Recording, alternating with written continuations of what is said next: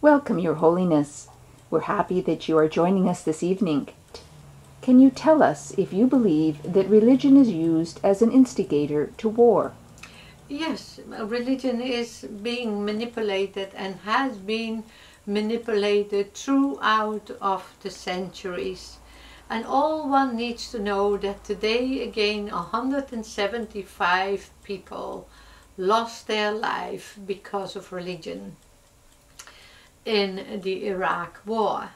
When we see and we start to look around us in history and today, it has not changed.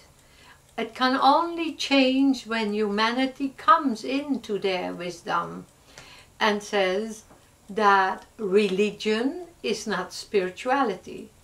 Because those who are spiritual and are definitely in a higher state of being, of understanding, they would never pick up a sword, a gun, a knife or whatever against their fellow man, to kill their fellow man, women, children.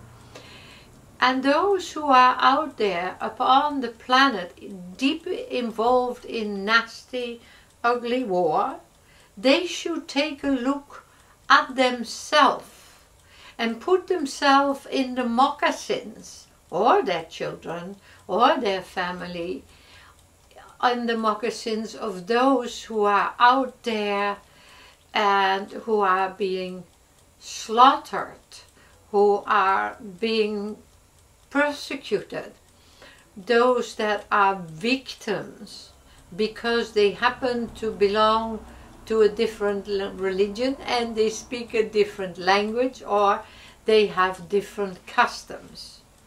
This is a time, this energy upon the planet needs to change, and the time is now where mankind needs to take to the streets and say no, no, no to war. And those in Christianity and those in Buddhism and those in the different varieties of the Muslim faith and in other religions, they need to take a look at themselves and at their teachings. They all were taught not to kill, not to hate, not to destroy, but live the higher way of life. So this is where we need to go. And when Christianity says on Sunday morning, thou shalt not kill, and late in the afternoon blesses the guy or girl who goes off into war, that's definitely wrong, seriously wrong with these people. And for you who are out there, don't say I didn't experience war. I experienced the worst of World War II. And I can speak about war in an intelligent way. And I will speak about war and to urge you to abolish all killing and hatred, and also to say no to those that inspire you because they're from a different religion, different culture, to go killing. Killing is never justified for the soul. How do you feel about governments who spend huge amounts of money on their militaries when they are traditionally countries of peace? Well, it is of course on one end very ridiculous. You would say, okay, a country needs to be able to protect itself, but if you are not an aggressor and you are not out there in acts of aggression, why would you go out and spend millions, if not billions of dollars on weaponry? And sometimes they buy weaponry that's old from other countries.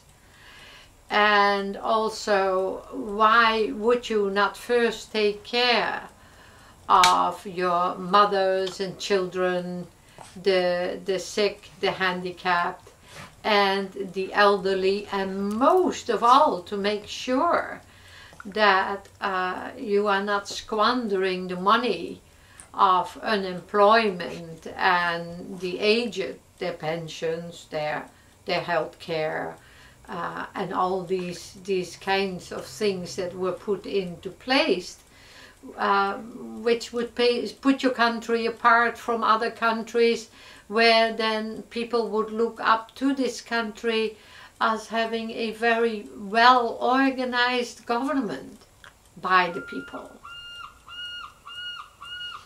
When you look at these types of situations, you also have to look at the people that have been voted in or manipulated into government, because I think that happens in countries, and their religion, their belief system.